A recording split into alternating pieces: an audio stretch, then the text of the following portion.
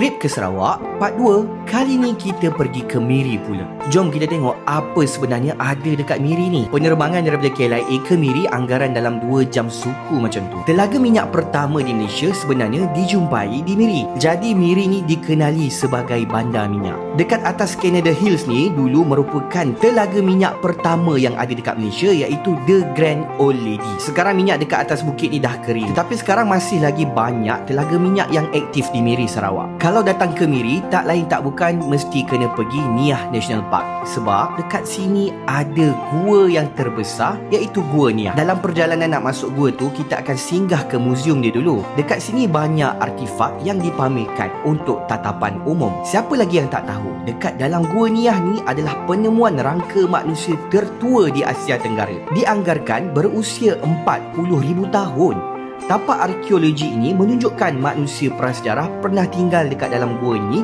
sejak zaman Paleolitik. Tak lupa juga dalam gua ni masih lagi aktif aktiviti memungut sarang burung walet. Sebenarnya Gua Niah ni baru saja diiktiraf sebagai tapak warisan arkeologi dunia UNESCO pada tahun 2024. Jadi banyak fasiliti dia tengah di-upgrade. Hampir sampai ke pintu gua, jangan lupa support peniaga tempatan yang menjual pelbagai jenis barangan dekat sini. Tak jauh daripada gua tu ada penempatan rumah panjang kaum Iban. Semasa kami datang tu, kami disajikan dengan persembahan oleh ibu-ibu dan juga anak-anak kaum Iban. Yang lagi menarik, korang boleh join sekali persembahan bersama dengan mereka. Nak cari kek lapis dekat Miri kat mana?